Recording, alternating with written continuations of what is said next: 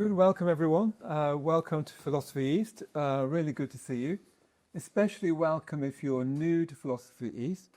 And of course, particular welcome to Orlando Reade, who's come to talk about his book, What in Me is Dark, The Revolutionary Afterlife of Paradise Lost.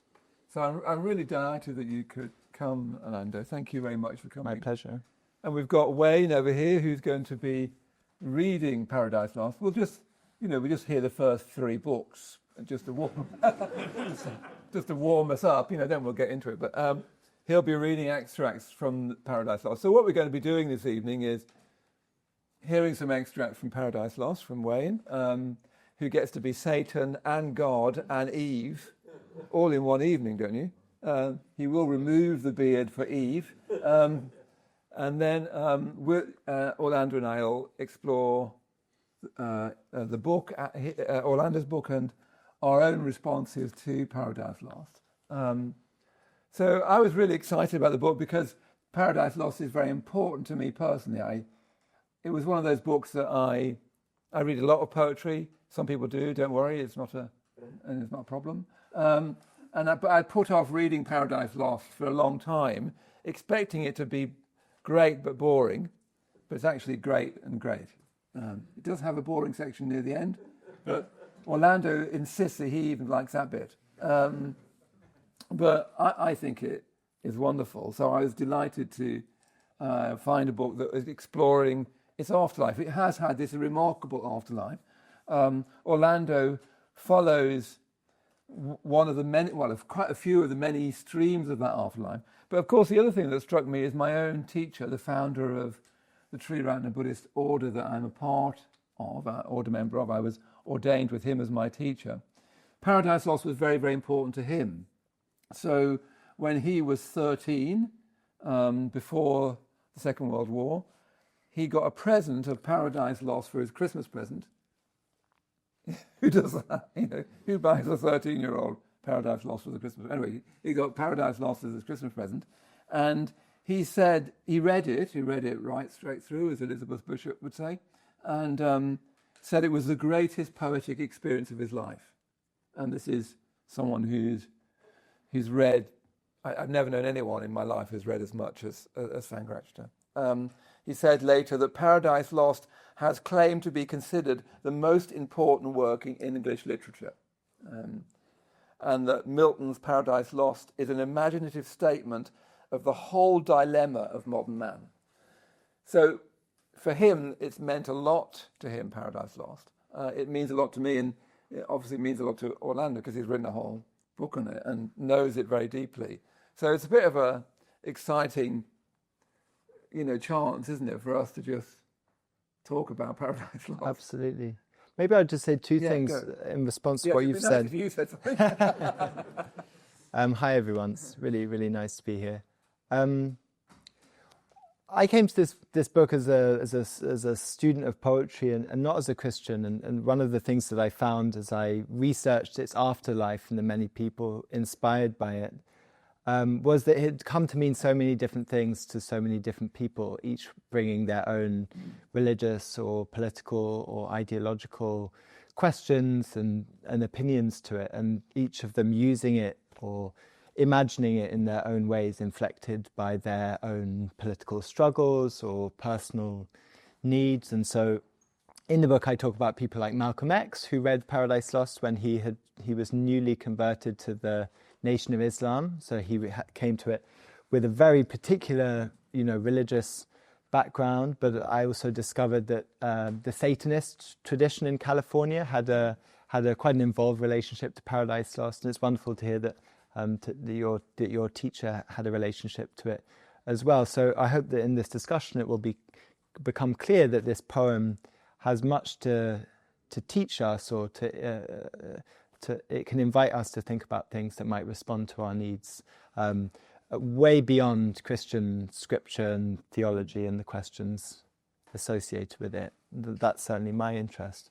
I want to say something also about the title, which is related. What in Me is Dark is a quote from the beginning of Paradise Lost, where Milton asks his muse, which is the sort of the divine spirit, an unnamed divine spirit, He says, what in me is dark, illumine, so illuminate. But one of the suggestions that I make in this book is that it's the aesthetics of darkness within Paradise Lost, both the scenes set in hell, this kaleidoscopic, seductive Satan, and darkness in the sense of ambiguity that makes Paradise Lost such an enduring text. And perhaps like some of the texts or sayings, aphorisms that you have in the Buddhist tradition, it's partly by virtue of its poetic mysteriousness, its knotty, complicated language, that it is enduring and lives with us after we've read it. And I, as I walk around, continue to kind of make sense of the strange things that Milton says in it. So that's one sense of darkness that perhaps might be of interest to you guys. But today I thought the most valuable thing we could do is just talk about some bits from the poem and some of the strange and interesting questions that arise from it. You make an interesting point about that line break as well, after what in me is dark, illumine. Yeah, so he's inviting us to wonder, well, what in him is dark? Is it evil? Is it his unconscious? Is it the things that he himself doesn't know? And one of the privileges of the poet is that the poet can talk about the things of which he or she doesn't yet know, or maybe won't ever know about him or herself. And poets get to spin out language out of themselves that doesn't make sense, but might make sense to someone else. It's amazing, because he has what in me is dark, and then crosses the line break and illumine. So you bring out the fact that it seems to be a standalone what in me is dark, right?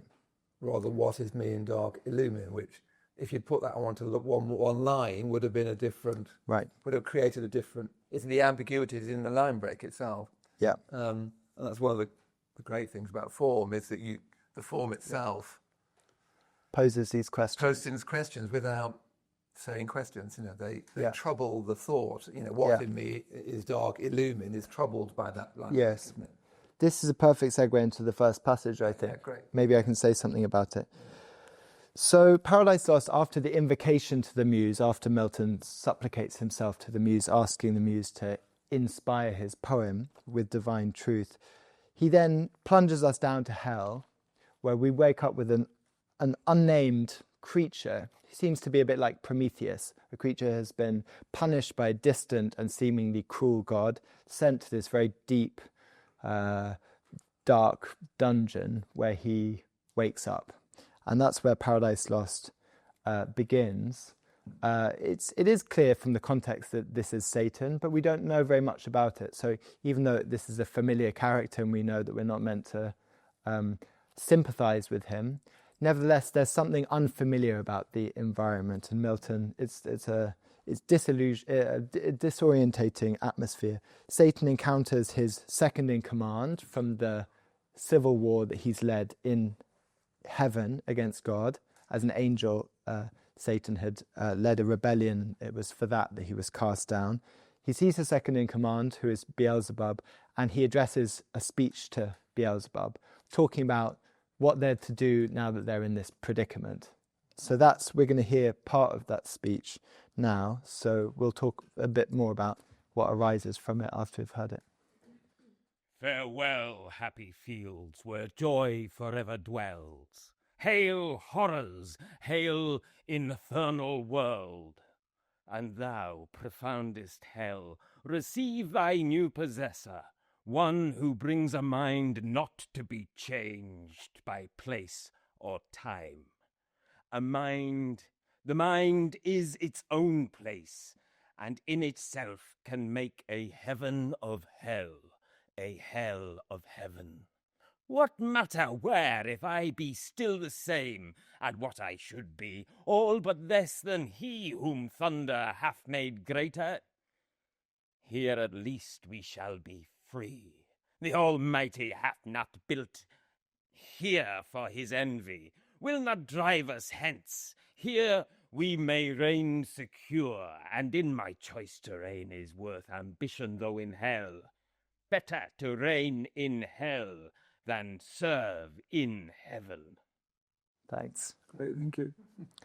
So You have to admire Satan's ability to adapt to his circumstances, I think. He starts with this very tragic line, "Farewell, happy fields, where joy forever dwells." He's gone from the best place in creation, he's gone from heaven to hell. Aristotle says a tragedy is someone who goes from a high place to a low place, and Satan's gone from the very highest place to the very lowest. But he very quickly, as you've just heard, moves from the tragic, the pathos and the sentiment of his loss to strategy. But I wanted to pick it out and to think about it, because he tells us something in between those very famous lines about the mind and how it works that I think is quite philosophically rich. Especially, the mind is its own place and in itself can make a heaven of hell, a hell of heaven. To some extent, this is one of the postulates of Stoicism, right? The ancient Greek and Roman philosophy that says that even if a person were, walking across coals, if they had a high enough degree of control over their mind, they would be able to experience what the Stoics called apatheia, a lack of passion, that they would be untroubled by their own passions. Christians in the 17th century thought the Stoics were wrong and dangerously wrong, and so Milton, as a Christian, doesn't necessarily think that this is true, but he puts this thought into Satan's mind, into Satan's voice, and it's a powerful thought, and it's one that no doubt different forms of, I suppose, mindfulness techniques and different forms of spiritual discipline are meant to suppress the degree to which we are tormented by our own physical afflictions. But later on in the poem, Satan will admit, whichever way I fly is hell. So he's claimed on the one hand that his mind can make a heaven of hell. Later on he admits that in fact he's hell wherever he goes. So the poem itself shows us that for Satan that's not possibly true. For someone who is perhaps not Satan, for someone who has faith and so on, it may be true to some extent that you can conquer some of the external tormentors, but probably not all of them. Well, it's interesting because immediately it reminds me of Robert Lowell's poem. Was it Skunkow? Am I got that right? I think it is. Where he says, "I myself am hell," right, which is directly taken from this speech, "I myself." Yeah. And Lowell was, beset by, terrible mental illness, right, and would descend into these hellish states. And in that poem, saying "I myself am hell" is very, very strong. But right, it's interesting this because, as you say, really in this context, it's a parody. It's not saying that this is true. Yeah. One of the great things about Satan in the poem, he doesn't always tell you the truth, which makes him very interesting. But he will say things that in a different context could be true. Yeah. So Milton is not necessarily absolute in all of the philosophical statements. He likes to show us how good logic can be abused by being deployed in the wrong circumstances. And I think this is a great example of Satan's seductions. They're philosophical, they're rhetorical, they're poetic. And we'll see at the end, in the last passage, that we talk about how Adam and Eve take on a version of this logic, the mind is its own place and can make a heaven out of hell, because Milton's goal in Paradise Lost is to respond to the question of theodicy, which is to say, if God is infinitely just and loving, how could he create a world with so much suffering and pain and violence? So this is one answer, that he gives us minds that are powerful enough to change anything, but that's in fact the wrong answer. Yeah. By the time we get to the final passage, a more realistic version of this advice, I think, will become clear. Just thinking from a sort of Buddhist perspective, I mean, this idea of mind, Buddhism starts with your mind, your actual mind here and now, and it starts with the Buddha. It starts with the possibility of a transcendental consciousness. So Buddhism is so unlike Christianity that, unfortunately, because they're both religions, they get compared, but you can't really compare them. But I think a Buddhist would take this to say something like, it's better to have this kind of attitude, that the only part of the universe that you can change is your mind. You can't make people act differently. It's amazing how little you can make people do. You can't make them love you. You can't make them agree with you. You can change your mind. Right. So I Interesting. I don't know how how to think of it, but I mean, for me, that's what it brings to mind for me, that this is the pragmatic best attitude.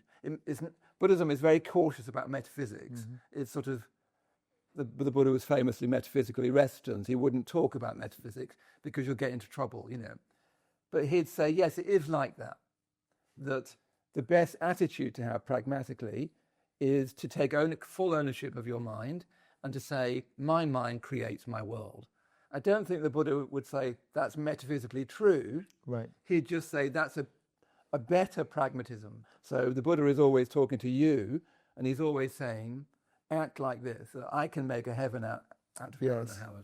But maybe it wouldn't be defensible if someone was using that logic to perpetrate some kind of evil, as Satan is here. So I think, in a sense, there is some agreement. Yeah, it doesn't dismiss the realities of others and the world. Yeah, it just says, from your point of view, that's all you've got. Right. Which I think is really they sort of chime with each other. There's so much in the poem that chimes, actually. Yeah. Should we hear the next passage? Yeah, let's hear the next part. So, sorry, I should just give a quick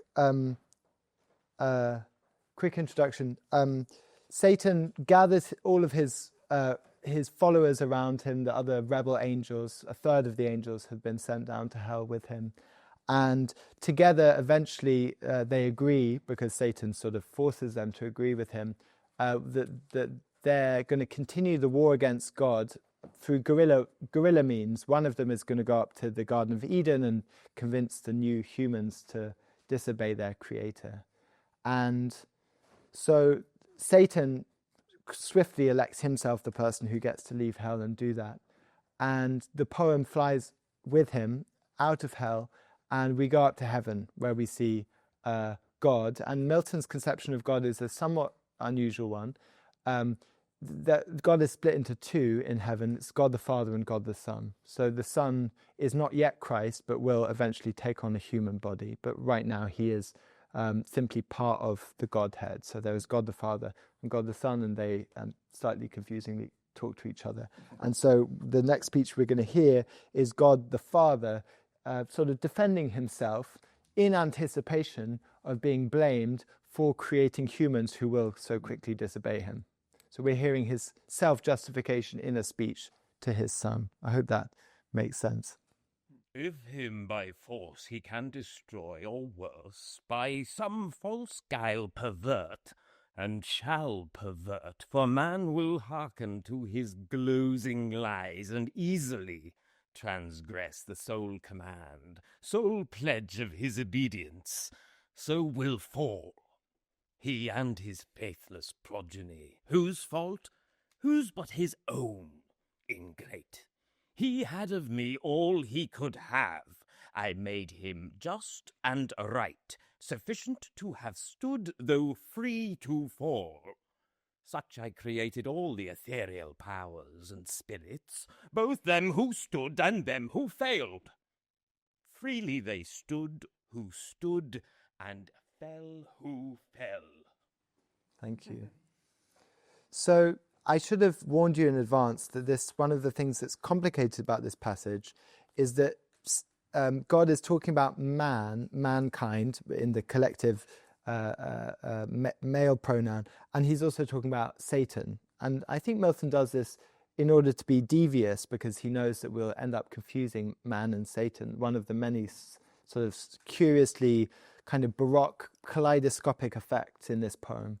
Poetic ambiguity often seems to threaten to lead us astray. So the first line that we heard then was, if him by force he can destroy, meaning if him, mankind, he, Satan, can destroy. So it's a complicated passage, but God the Father is justifying his own creation. Man will hearken to his glozing lies. Man will fall. God knows this in advance, of course, being omniscient and having foreknowledge. And so he has to justify creating a species that he knows is going to bring about its own destruction or near destruction. And what's interesting about this passage, I think, is, well, firstly, that God seems very sort of wooden, legalistic, unlikable. He says, ingrate, he had of me all he could have. He's like a disappointed father who knows that the disobedience is going to come before it happens. And you read it so beautifully, that sense that he's this kind of slightly sort of pompous, sort of fractious character. Many people have wondered on the basis of this character whether Milton sympathized with Satan, because Satan has all of the best lines and God doesn't. But I think there is also some good logic here, and I think it's worth underlining that. God says, I made him just and right, sufficient to have stood though free to fall. And this is quite a clever account of how Adam and Eve are perfect and are living in a perfect place in Eden. There's nothing wrong. And yet they're free to fall. And God goes on to explain that God loves love, and he loves to be loved, and he wants to be loved by free beings. And if he compelled that love, that it wouldn't be love. Sorry for using the word love so many times. And so love has to be freely given, and so does obedience. Because for Milton, love and obedience, curiously, are sort of intertwined. Obedience that's compulsory would have no love in it. It wouldn't be the religious type of obedience that Milton wants. So on the basis of that, in the book, I joke that this means that God is a cat person, because he doesn't want to have a pet that will just, like a dog, you seek him out at any given opportunity. He likes to be, sought out by a free and independent being, and that is how he's created Adam and Eve. So that's the logic, and I think actually it's quite good logic, although very beautiful. Yeah, I'm still trying to get my head around if it really does clear God of all blame, which is Milton's task in this poem. And in the poem, it's supposed to be Milton says, doesn't he, to justify the ways of God to man. That's right. So the whole poem, Milton actually tells you what the poem's about, just in case you didn't. To justify the ways of God to man. Yeah. That's his very grandiose task. It's like, well, we have the Bible, so why do we need to do this again? But that's the goal. I mean, it is just worth sort of stepping back and remembering that this is someone who's writing a poem whose main character is Satan and God. It's not a modest ambition. No, it's quite something to write a poem with God as one of your main characters. Like not many people would do it. But it's also blasphemous, actually. Yeah, absolutely. Yeah. But it's also sort of a spiritual test. If Milton's, as if he's saying, if I tell you the story, then you still have to try and come to the right conclusions. You might get seduced by Satan, but that's on you. And God being this slightly unlikable character is also a test. And you in the book talk, I think you run along with Blake's famous point about Milton being of the devil's party. The devil's party. So William Blake claimed that partly because he was an exceptionally unorthodox thinker, that Milton had given Satan all of the best lines, as I've said, and made him this seductive revolutionary character, just as Milton was himself a revolutionary, because he unconsciously sided with Satan, which is a brilliant suggestion. But I think if you agreed with it, you would have to ignore large parts of the poem. And so once we get to Adam and Eve, I think it's clear that our primary sympathies should be with them. And to some extent, God and Satan are these wonderful distractions. It's interesting, though, again, that because one of the counter arguments to Blake is that exactly how should God speak? It's always easier to write the baddies. Yes. Whether it's in Star Wars, writing those characters, you can give them a character. How exactly is God supposed to speak? He can't be down with the kids. He has to have this kind of abstracted, large-scale, universal voice. But it does make, in the poem, can make him seem boring. But it's difficult to know how you'd write him. It's a challenge, I think, to any writer. It's like, could you write a 10,500 line poem about your own religion without there being some major issues with it? If you can, so send it to me. Yeah. Cool. So should we move to the next passage? Let's just see. Is there anything more to say? Oh, yes. God? Sorry. Perhaps there isn't. he doesn't actually loom that large in the poem, certainly not poetically. I do think much of the interest lies with Adam and Eve. So that whole point, it is very important of, that they're not invulnerable. Yes. I think that is an incredible insight into the human nature, and even its human nature relationship to what I would call a spiritual life or a religious life. The difference here is that Buddhism places very little value on obedience, next to none, actually. Right. Because obedience is a very problematic idea. It puts a lot of value on love, and it's interesting that they're conflated here. That obedience. They are conflated, and because when you take vows as a Christian monk, you take a vow of obedience, and you don't take a vow of obedience as a Buddhist monk. That is really interesting. Milton was such a weird kind of Christian that by the end of his life, it's unclear if he was even attending church. So his conception of Christianity is so individualized that I think when he says obedience, it's obedience to God and only God, not no visible church seemingly. And scriptures is still part of the picture, but it's very much making sense of scripture yourself and of your own understanding of goodness and so on. So it's obedience to your own inbuilt faculty for reason and love, and how that orients you towards the good. And I think that is getting closer to more than my understanding. Perhaps it might be, just before we do the next, but it might be good just to hear a bit more about Milton. You talk about Milton a bit, you introduce him. Yeah. And recently I was talking to a friend of mine, I said, we're going to something on Milton, and she said, "What's Milton?" Which made it sound like a turn off on the motorway, which I suppose it could be. But anyway, so it probably is. So for some people, he won't be a known figure, so it might be worth saying a bit more, his dates, his life. So he was born in 1608-9, just around the time that Galileo first turned his telescope to the moon. And he was a very well-educated, young, sort of wealthy middle-class man, grew up near the Barbican in London. And so he's a local? He's a local, a great London writer that we'd never hear about in terms of London. Right. He didn't really write about it unless hell somehow comes to signify London. He became very learned in Greek and Latin literature, which was part of the currency of the time if you wanted to be a priest or a diplomat or a lawyer, and he early on decided not to do that because he had a poetic vocation. And seemingly in the late 1630s, a couple of years before the Civil War broke out in England, he became radicalized, partly perhaps because he traveled to Italy and saw Galileo, who was at that point under house arrest after being persecuted by the Pope and by the Inquisition. Milton became a fervent believer in various sort of intersecting freedoms. So the freedom to practice science, as Galileo wasn't free to do under the Pope, the freedom to make sense of scripture in a way that he believed Protestants had to be free to do, as the realization of the Protestant Reformation, the individual relationship to God as mediated by scripture. And therefore also a certain freedom, a certain political freedom. So he became radicalized by the time the Civil War breaks out in 1642. It's clear that Milton is against the king, against the bishops, against the established Church of England. And the Civil War, 7 years later, the king loses and has his head chopped off. And a very unexpected turn of events.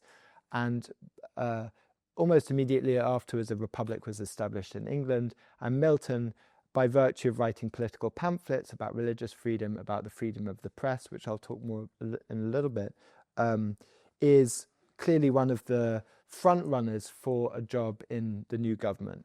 He gets a job as someone writing and translating diplomatic correspondence. He's also giving advice about various things, and he writes a number of very important pamphlets justifying the decision to cut off the king's head. So he becomes an important theorist of democracy as well as a kind of propagandist. Spends the next 10 years doing that until the Republic, which then becomes the Protectorate under Oliver Cromwell, falls apart, and the dead king's son returns to rule England in the restoration of the monarchy. At that point, Milton is sort of public enemy number 2. Britain brutally executes all of the men who signed the king's death warrant, and Milton wasn't one of them, but he's very much has a kind of target on his head. He manages to avoid being killed, but he lives out the rest of his life in sort of kind of semi-infamy, effectively. And it's at that point he has time to return to Paradise Lost, this project that he had dreamt up as a much younger man, but not had the time to write. And so he writes that as a man who was blind. He'd gone blind about 6 years earlier, and he has lost 2 of his wives to illness. He's the father of 3 daughters who he has an increasingly fractious relationship with. So he writes Paradise Lost under these very strange and difficult circumstances. Blind, he's disgraced, he doesn't have very much money. He has these daughters who he doesn't treat very well, and they don't love him very much, and they sort of come to blows at some point.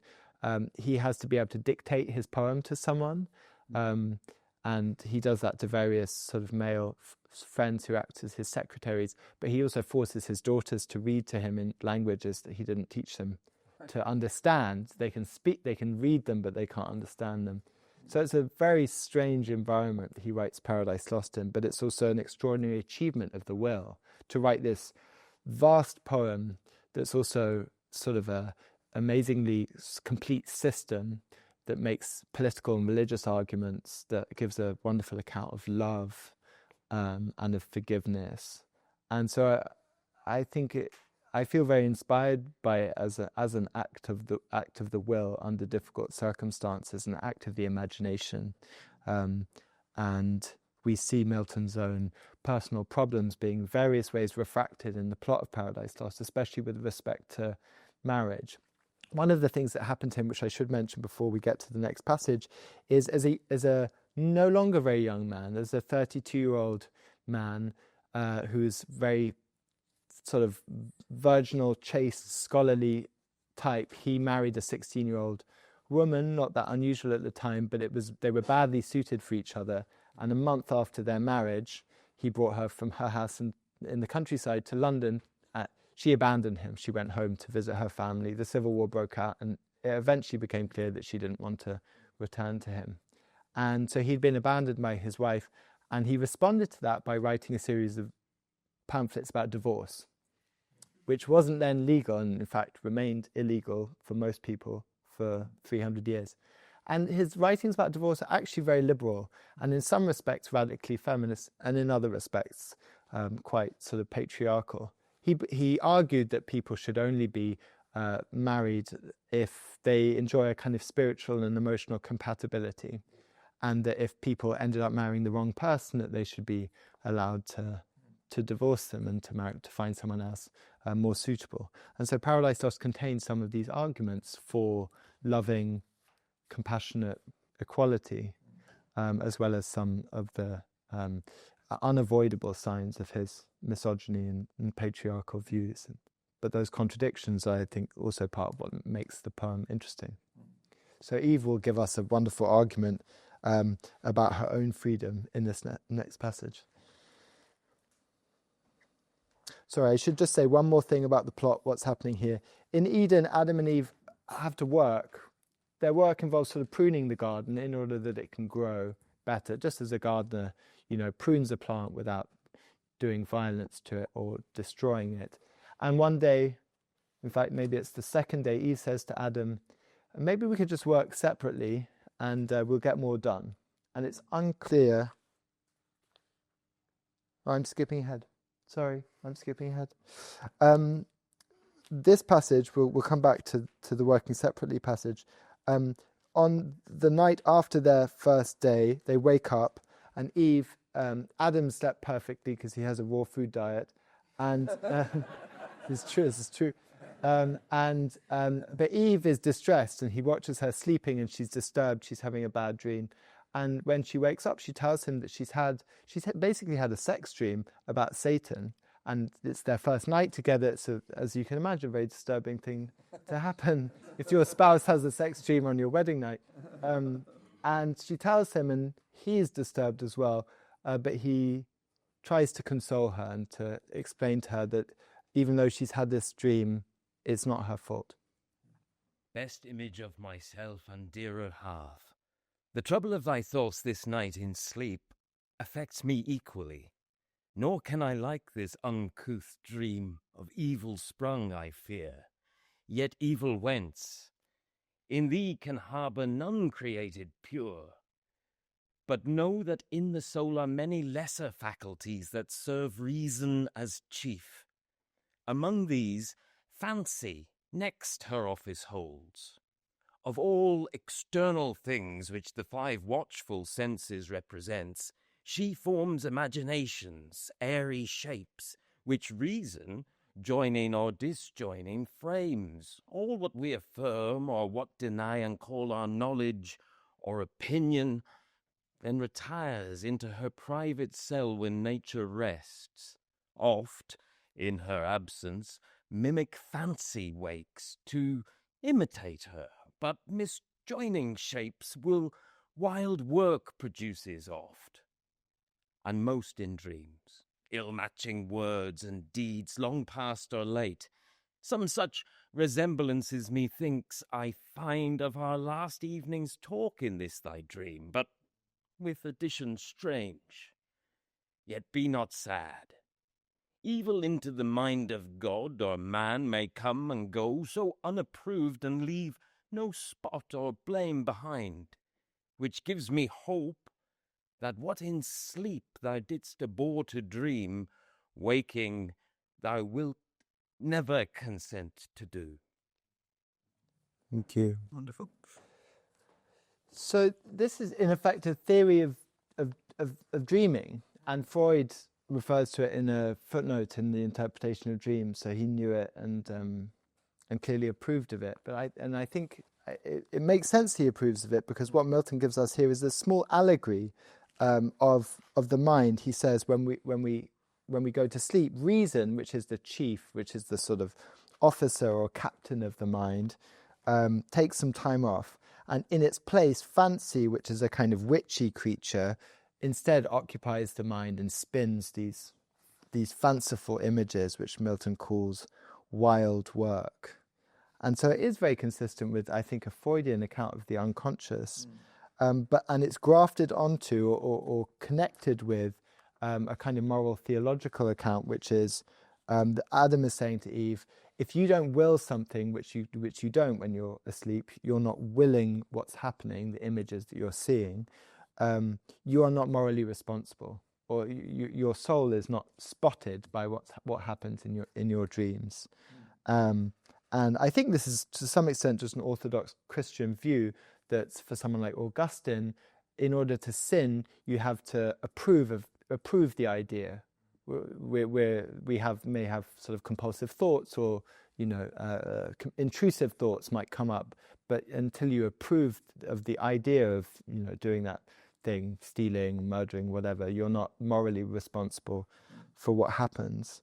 And so we'll see in Paradise Lost, especially when we see Eve being tempted by Satan, the moment at which she starts to approve the idea that has been put into her mind. So Milton gives us this wonderfully psychologically rich account of what it means to be seduced to do something that you shouldn't do.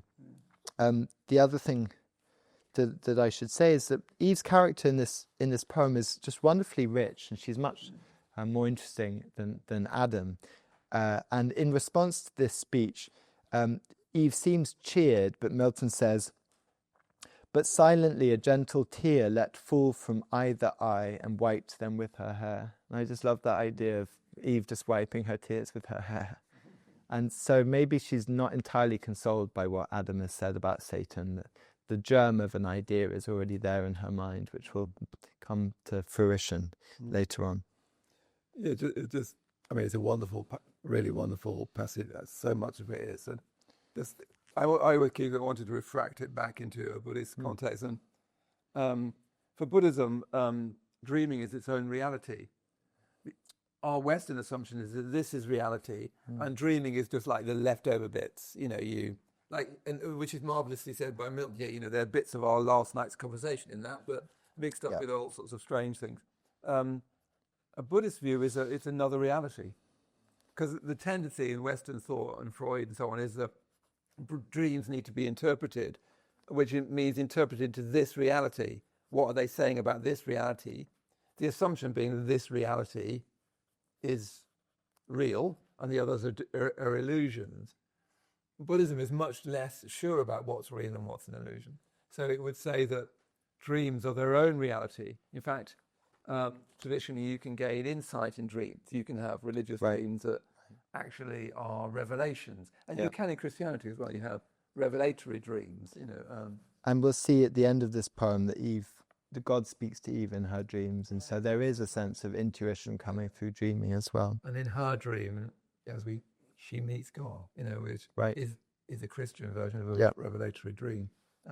Really interesting. Perhaps we should... how are we doing for time? We could have this last thought. Let's go and let's have the next section, I think. Great. So, yes. One of the weird things about Paradise Lost is that we get an account from Eve and then from Adam of what it felt like to be created. Milton is really interested in creation as something that happens not just as a light switch being flicked on, but as something that happens more like a baby being born, a period of gestation and becoming. And he gives us a description of the creation of the world, but he also gives us these two wonderful accounts in the voice of Eve and then in the voice of Adam of what it felt like to be created, this weird process. And Adam tells this to us when the Archangel Raphael comes down to the Garden of Eden, and he does so because God sends him to say, in order to render me, God, blameless, I need you to go and warn them about Satan. So when Satan tempts them, that they won't be able to say that I didn't warn them. So Raphael comes down.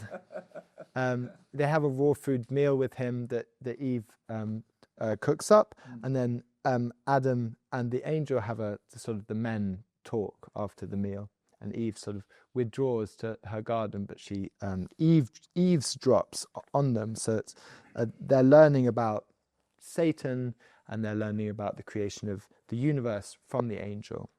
And the next passage is a passage where Adam says to the angel, "Before you leave, I should just mention something. I had these feelings towards my wife, and when I look at her, I suddenly, I'm no longer able to think straight." So Adam is, in the poem, he's guilty of what in the 17th century they would have considered uxoriousness, loving your wife too much. He's a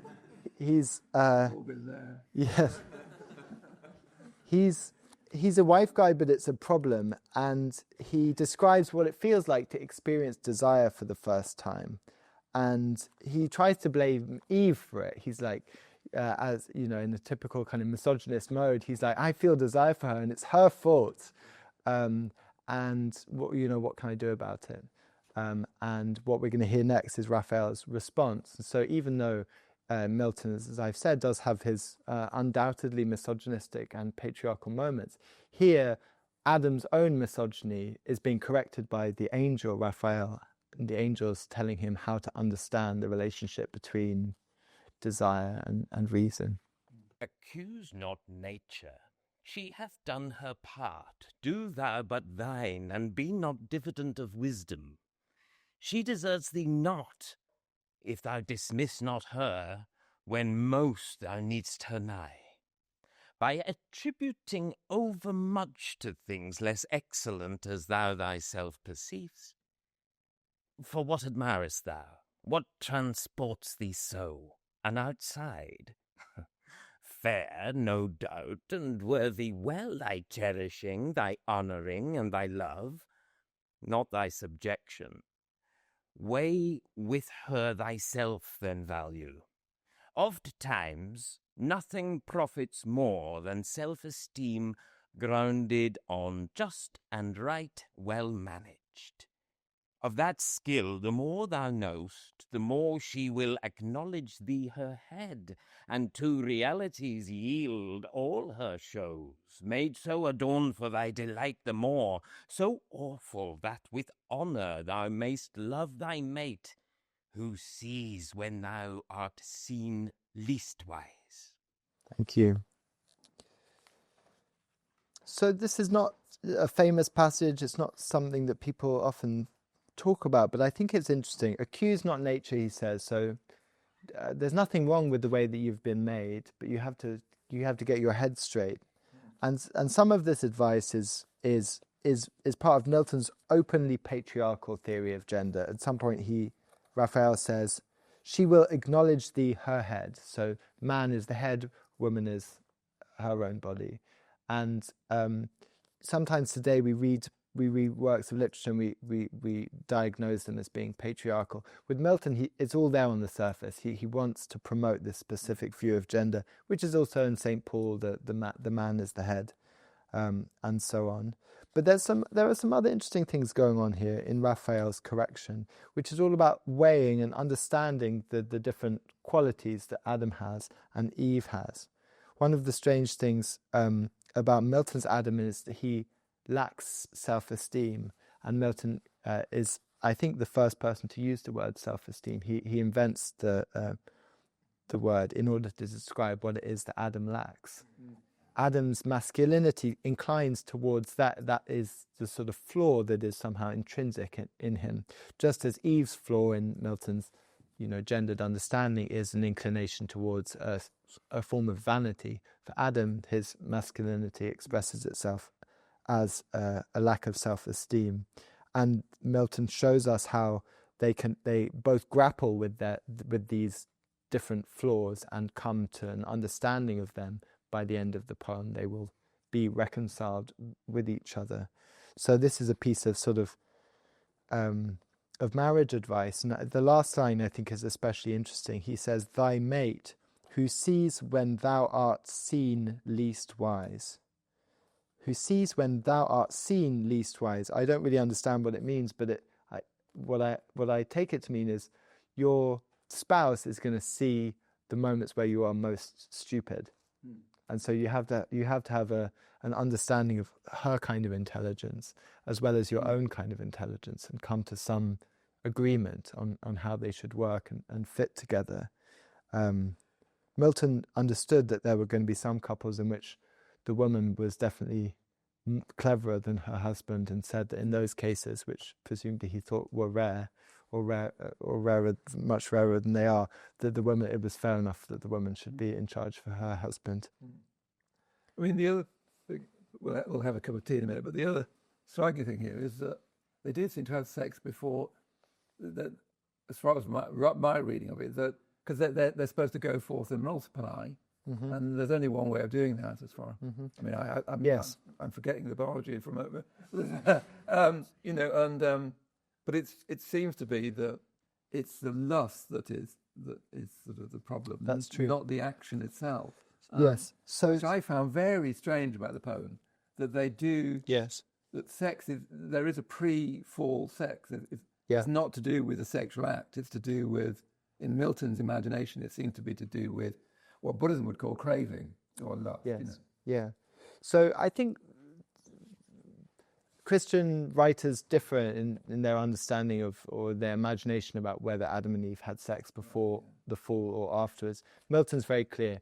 There's nothing wrong with sex. Adam and Eve have sex in Eden, and it's holy, and there's nothing wrong with it. And Milton has a kind of aside where he's like, it's only hypocrites that would say that that there's anything wrong with sex. And he's thinking about the people that today we think of as Puritans. Milton was kind of on the same side politically as people who were real Puritans, and he thinks that they're just hypocrites if they think that there's anything unnatural about sexual desire.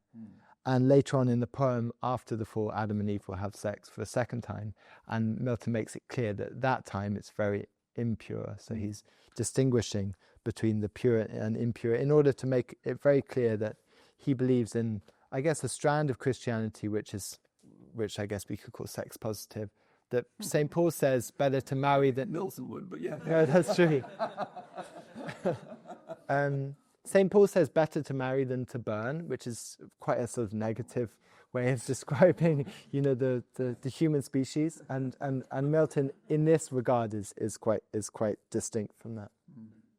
So we have 4 more passages. We've done 4 passages, 4 more. And here we are in the inexorably moving towards the fall, although Milton wouldn't believe in the inexorable because he's very insistent that they have free will. There's no fate in this universe. None of this is predetermined. God explicitly refuses to decree that they will fall. God decrees that various things happen, that the universe is created and so on, but he withholds his decree from the fate of mankind, so it's all happening freely. And so one of the pivotal moments is, as I mentioned earlier, Eve's decision to work on her own, to ask Adam if he's happy to let her go off on her own. So they're going to be gardening separately, essentially. And this entirely extra scriptural moment, it's not in Genesis, it's not, to my knowledge, in any of Milton's sources for Paradise Lost, is an opportunity for Milton to explore his own understandings, not only philosophical concepts of freedom, but the psychology of freedom, why one might want it, why you might want it in a situation where you shouldn't allow yourself to have it.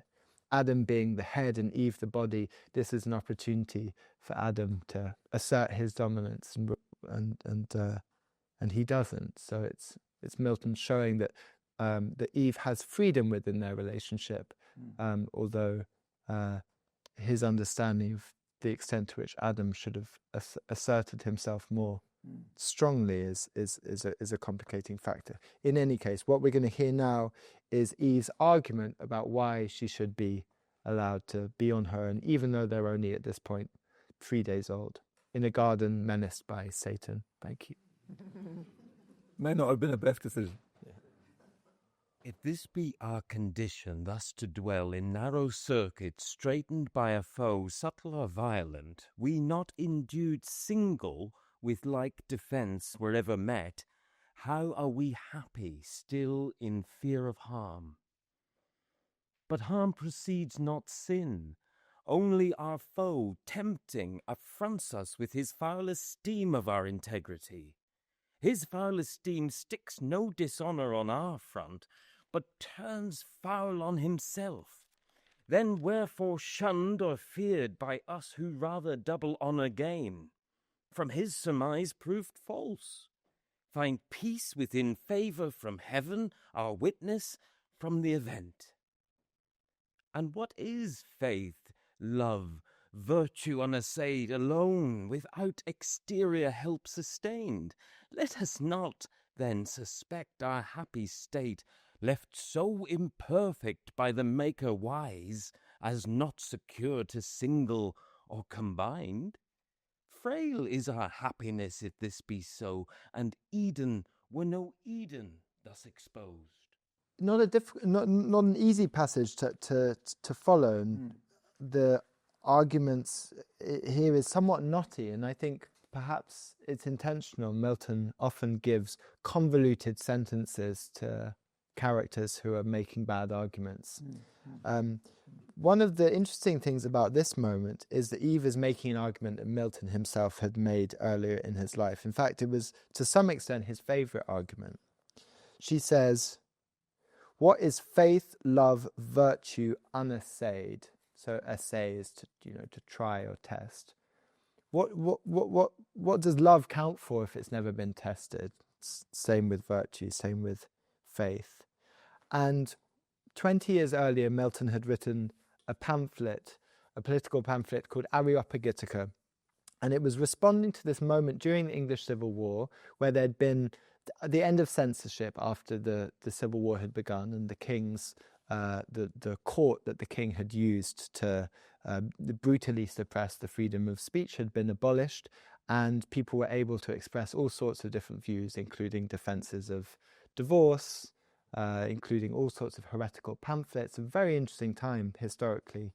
And when the Puritan Parliament started to become more powerful and to assert itself during the Civil War, they thought about reintroducing censorship, reintroducing pre-publication censorship for books. And Milton thought this was a bad idea. As I've said, he had this dogmatic belief in certain forms of freedom, and he believed that it was necessary to publish books that were wrong, that were making arguments that in some respects were bad arguments, because he believed that reason was a kind of choice, that you had to be able to choose to affirm your belief in God, to affirm your belief in a particular system of government, to choose your spouse in order to freely love your spouse, your monarch, your God. So he made this argument in this pamphlet Areopagitica, in which he said,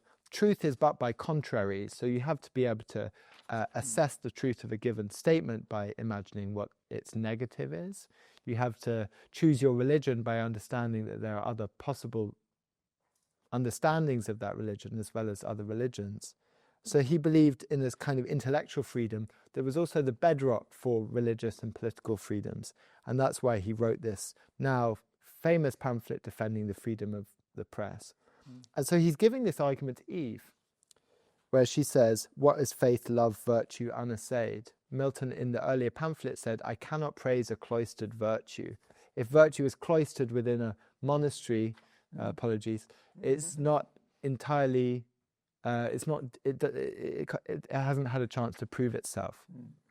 And no doubt within the monastery there are processes of doubt. There are ways that love and virtue. It reminds me of Oscar Wilde, who said that it's easy to be good in the countryside. Right.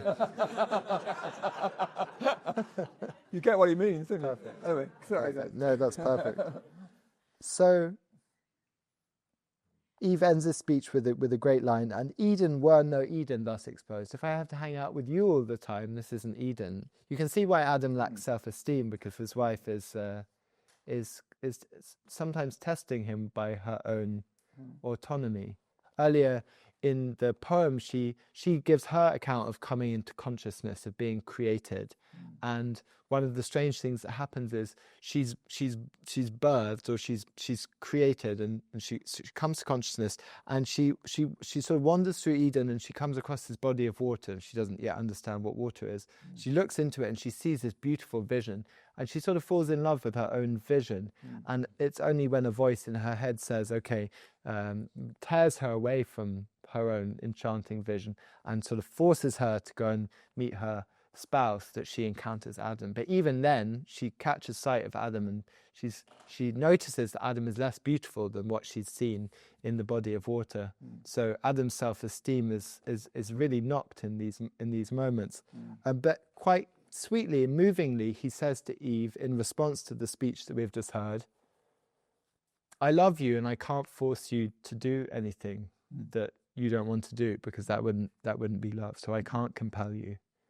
And so he allows her to, or he doesn't oppose her in going off to work on her own, even though he cautions her against it on the basis that Satan is around. And Eve's argument is wonderful, isn't it? She is saying her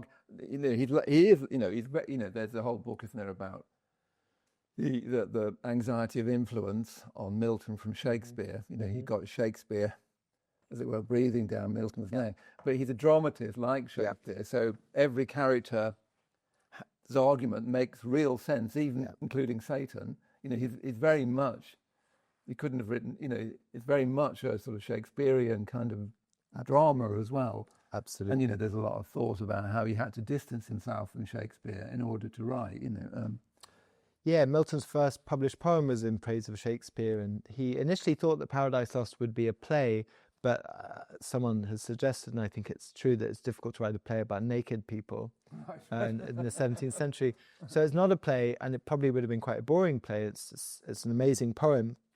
But he does give his characters these soliloquies that are like the soliloquies in Macbeth, when Macbeth is convincing himself to do something terrible.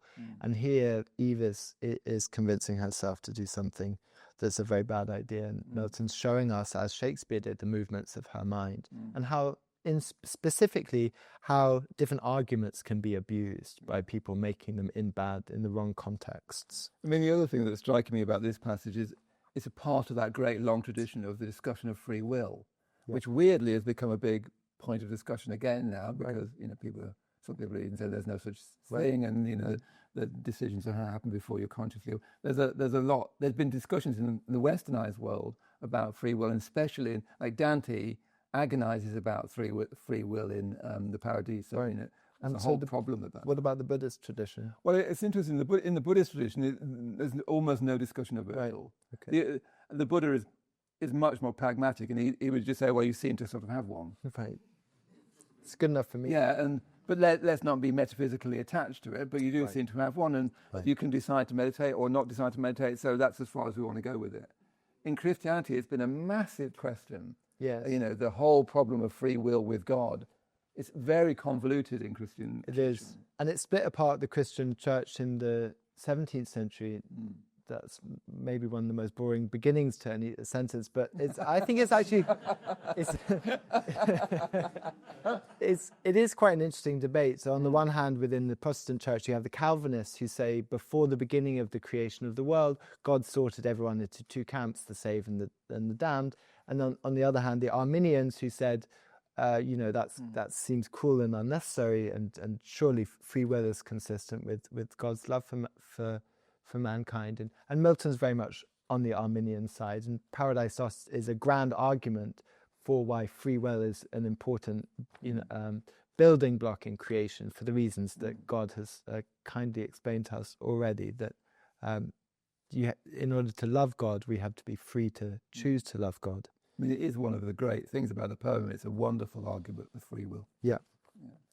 So should we go on to the next? Great. Okay. Go back to Satan. So the next passage is shortly after the one that we've just heard.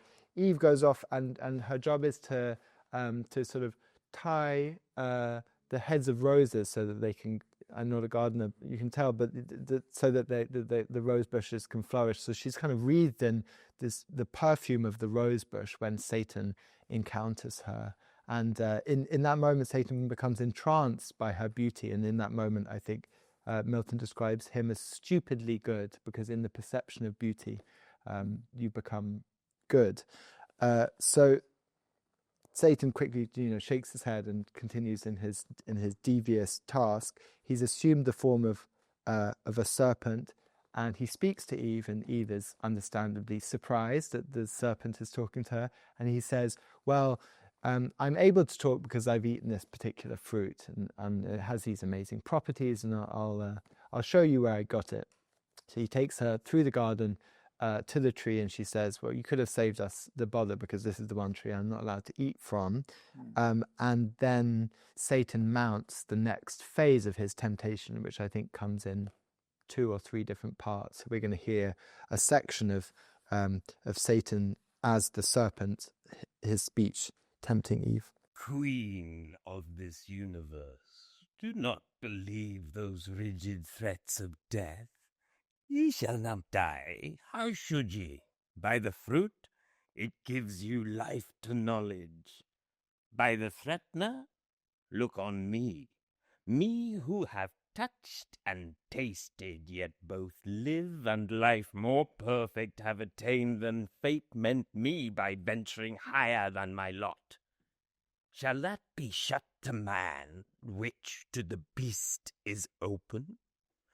Or will God incense his ire for such a petty trespass, and not praise rather your dauntless virtue, whom the pain of death denounced, whatever thing death be, deterred not from achieving what might lead to happier life, knowledge of good and evil.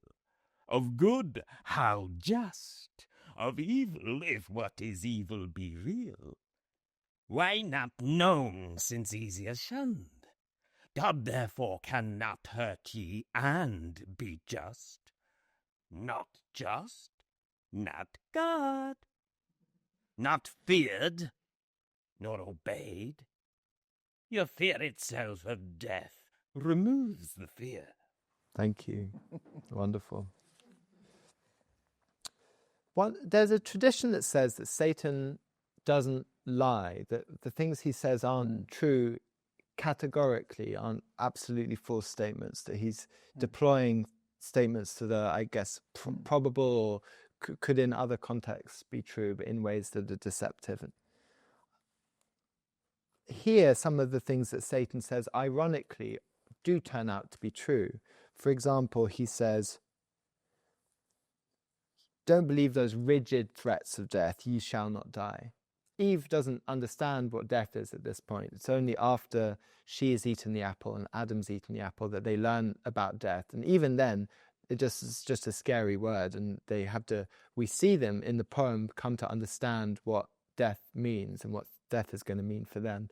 And also to understand, as within this Christian world, that they aren't going to die in an absolute sense, because they will eventually rise again to eternal life. So Satan is tempting her with some version of the truth, which is that God is infinitely loving and just, so he's not going to punish them with eternal death for the crime of eating one fruit. But obviously he's tempting her to do something that she shouldn't do. The other thing that I wanted to mention about this is he says something about fear, which I can't really understand. He says, your fear itself of death removes the fear. I don't understand that. He's tempting her to believe that the knowledge of evil, I think this is the most important part of the passage, that that she can't understand good without understanding evil. And I think Adam and Eve, Milton understands that, or wants us to understand that Adam and Eve just understand good at this point. They don't understand evil. They don't need to understand evil because they're in Eden. And it's only after the fall that they will know good and evil only in relation to each other. That is a feature of our fallen world, that those two things exist in a binary. But while they're in Eden, they have this wonderful life which just involves knowledge of good and evil, has no being whatsoever. It's also it's a feature of Christian Orthodox theology to believe that evil has no substance, only good has substance. And yet, nevertheless, after the fall, Adam and Eve will understand good and evil, I guess, in a kind of as logically relative terms. There's a difference between the logic of good and evil and the metaphysical substance of evil, which I'm not clever enough to understand. I mean, it's interesting that, again, Buddhism doesn't use the language of evil very much. Right. But my own teacher does definitely, there is the word for evil is papa, which is usually just translated as evil. Right. And my own teacher definitely thinks there is such a thing. I've been reading Ian McGilchrist recently, and he says you can't just think of lack of good. There does seem to be an active force called evil. Right.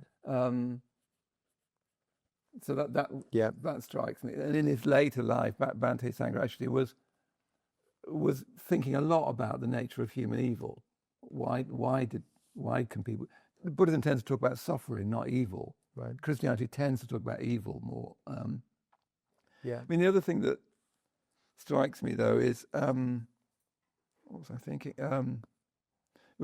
This whole metaphor of the problem of knowledge, the tree of knowledge. Because with Raphael, Eve asked Raphael, what about the star? Well, no, Eve asked, is it Eve asked Adam? I can't remember. She says, why do the stars shine at night? Is it just for us, or are there other worlds? Yeah, and Raphael says there's certain things you can't really ask. Or something like that. I understand it to mean, I don't think that's wrong, but that he's like, don't worry about that just now.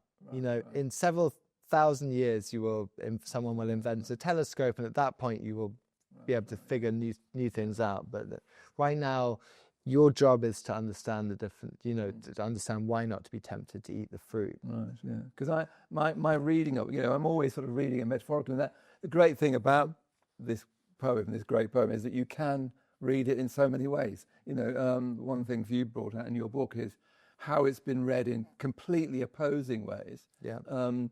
So, it seems to me also one way of reading it is the limits of knowledge in the intellectual sense. That you simply can't think of knowing in that westernized, what Ian McGilchrist would call left hemisphere intellectual sense. So that is very, very limited, and you need to know that, and I think that's still a very relevant sort of point, that we need to rediscover that our sort of desire to grasp things, have things, know things, understand things, quantify things is actually very, very limited, but we're very, very attached to it. Yeah. It's a deep ambiguity in the poem, because Milton was someone who met Galileo and was very interested in science. On the other hand, he seems very interested in thinking about the limits of knowledge, and the point at which the pursuit of knowledge can become tyrannical.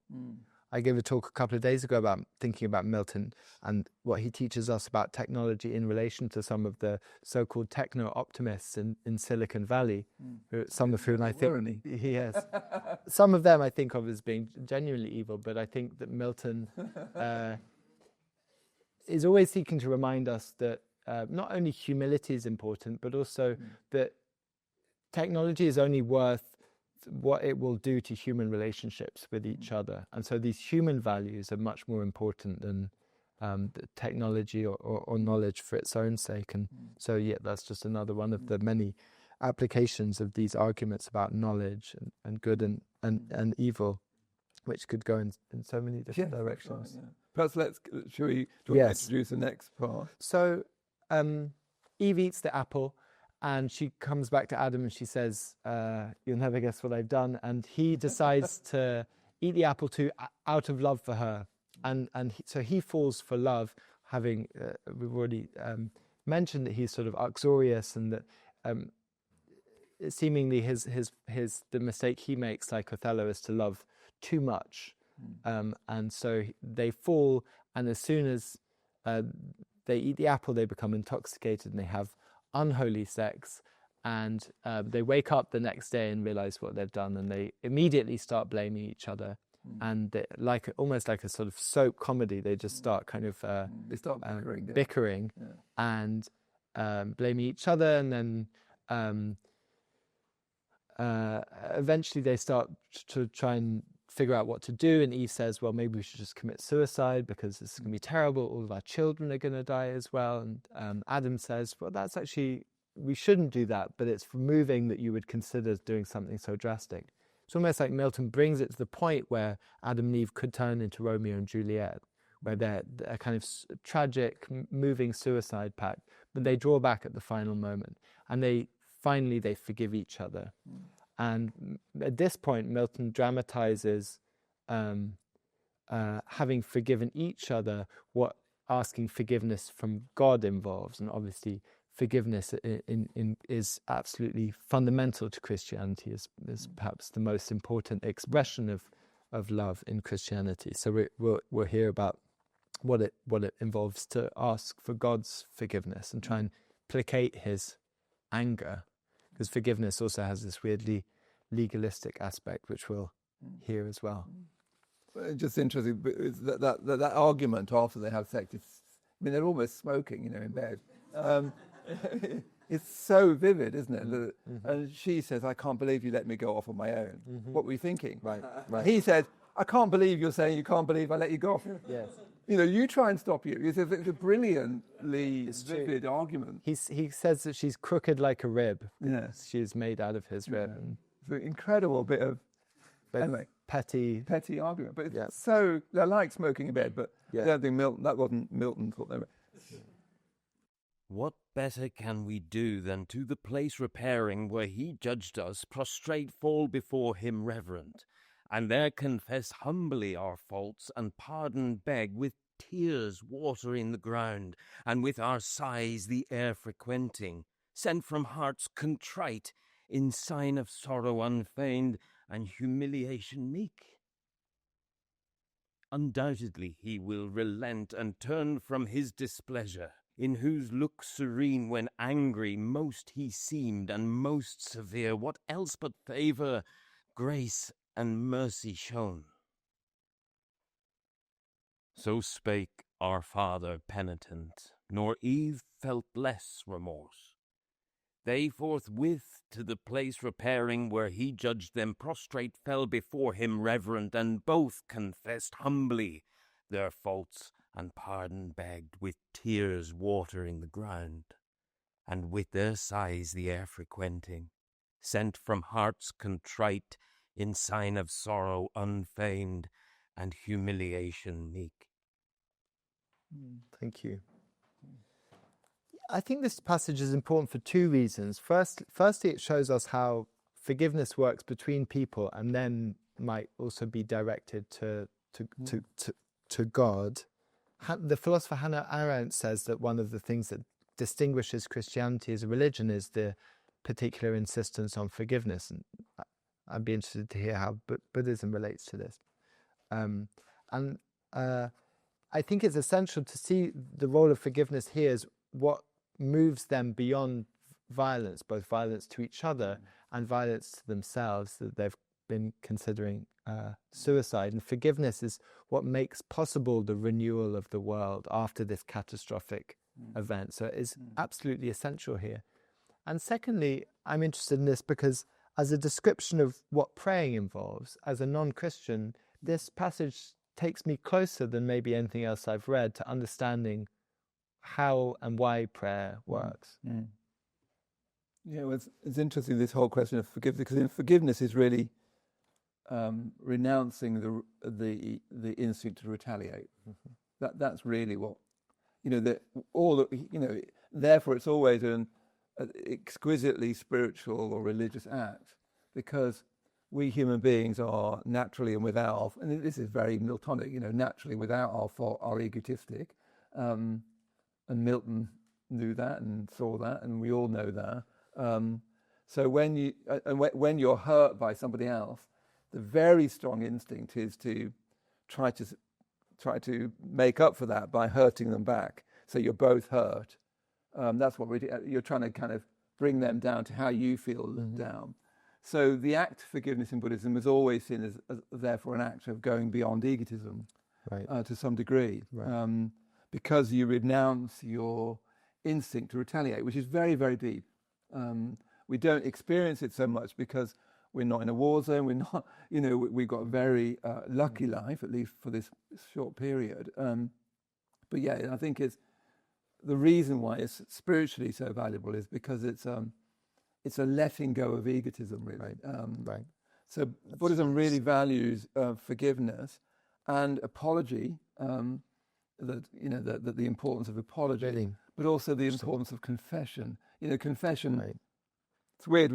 Lots of people got very mixed up about confession because it gets mixed up with whether you're loved or not by God and whether you're approved of or not. And confession in the Christian tradition has got very mixed up with guilt. And guilt is, from Buddhism, a negative mental event. Shame is very positive, but guilt is a negative mental event. They say the etymology of the word guilt is unknown. It's that sort of horrible sense that you've done something wrong, which someone will withdraw their love from you. And that, from a Buddhist point of view, is an unskillful state of mind. Right. But confession in Buddhism is very, very important, that you freely and without guilt, actually. In fact, my own teacher says you can't confess with guilt. You have to try and get shame, which is, shame in Buddhism is the rational acknowledgement that you have actually hurt somebody and that you see that. The word is hri, which is connected etymologically with the idea of that you blush. Right. So it's that moment of, your conscience being pricked. That's what hri means and what we would translate as shame. That's really so there's lots of poetic affinities, if you see what I mean. Yeah, the ingredients are there in this passage. Yeah, very strongly. Milton wouldn't have believed in confession as something that was ritualized in terms of you don't go into a box and talk to a priest about it, but it's central here to what prayer involves. Again, prayer is not something that has a set form. Milton was such an unusual kind of Christian that he just thought that prayer is what happens when you ask forgiveness of God in the same manner that you would ask forgiveness of your husband or wife. Yeah. And I think there is actually a sort of, I can't work this out in Buddhist language, but I think there is there's very strongly a deep instinct to ask forgiveness of something more than just the person. Right. We've all decided westernized people have decided, oh, we don't need to worry about that anymore. But the deep instinct is, I sort of hurt the universe in some way, and that I can ask forgiveness of the universe. I think there's something in that instinct. And not just for Adam and Eve, whose bad decision making has literally screwed up everything for everyone. Yes, for everybody following. And Milton has these amazing descriptions of the earth groaning after Eve eats the fruit. But you're right that transgressions often affect more than just one other person, and so a more generalized form of forgiveness feels true to that. That you could sort of, I think human beings feel instinctively that they are part of something much larger than themselves. Yeah. And, that's really what religions comes out of, that instinct. It's not, of course, it can be dogmatized, but it itself is an experience that you feel. Children feel it, Christianity reads that instinct in certain ways, and Buddhism reads it in another way. Yeah. But I think the general sense that you're part of something larger, which you can relate to directly and even ask for blessings from and forgiveness from, there's something in that. How you read that metaphysically, Buddhism would be very careful of, but there's something really in that. Yeah. One of the things I love about Paradise Lost is, as we move towards the end, there is this sense of Adam and Eve moving towards the world, which is our world. Yeah. That they're at the end of the poem, the passage we're about to hear, Adam and Eve leave the Garden of Eden and walk out into the world. And Milton returns the reader to the world that is our world at the end of the poem with, I think, what he hopes is, and I think he succeeds in making me feel, is a sort of enhanced sense of responsibility to the world and to each other, to create a just society in which people are free to pursue the good and so on. Before we get there, I should just mention the boring bits that you spoke about at the beginning. Oh, golly. Okay. So after Adam and Eve ask for God's forgiveness, he sends down the angel Michael to prepare them to go out into the world, to leave Eden. And Michael takes Adam up to the top of the highest mountain and puts some magic drops in his eyes, which give him a vision of the future. And so his lesson now is not learning about the past, about creation, as he's already done from the angel Raphael, but learning about the future from the angel Michael. And it's a pretty horrifying vision of the future. He learns about violence, about death. He sees Cain and Abel. He sees the first tyrant, the first monarch, who is Nimrod. And he's taken through these different lessons, and he responds like a YouTube reaction video. He's horrified. He cries repeatedly. And the angel also helps him to understand, you will die, but ultimately that's not the end of everything. And so teaches him about the violence and suffering that is in the world that we live in, but in various ways helps him to understand why the violent suffering is not definitive, how the world that we live in is still one that is worthy of gratitude and love and is worth living in. So it's boring, but it's also crucial to the design of the poem. Yeah. And it's just he does it twice, it gets it. It's true.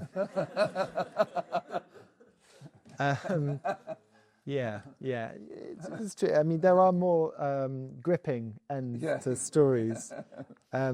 It's a rather teachly ending, but at the very end, at the end of that education that Adam receives, Michael says, okay, go down and tell Eve what I told you. And in this interesting sort of twist, Adam goes down to see Eve, and Eve, the angel says, go and wake up Eve and tell her what I've told you. And Adam goes to Eve, and Eve says, she's already awake and she already knows what he's going to tell her, because she's been told in a dream. And the last passage that we're going to hear is what happens next. And what I'd like you to listen for is the very special mood that Milton creates in the last 25 lines of this poem. So, would you do the honor?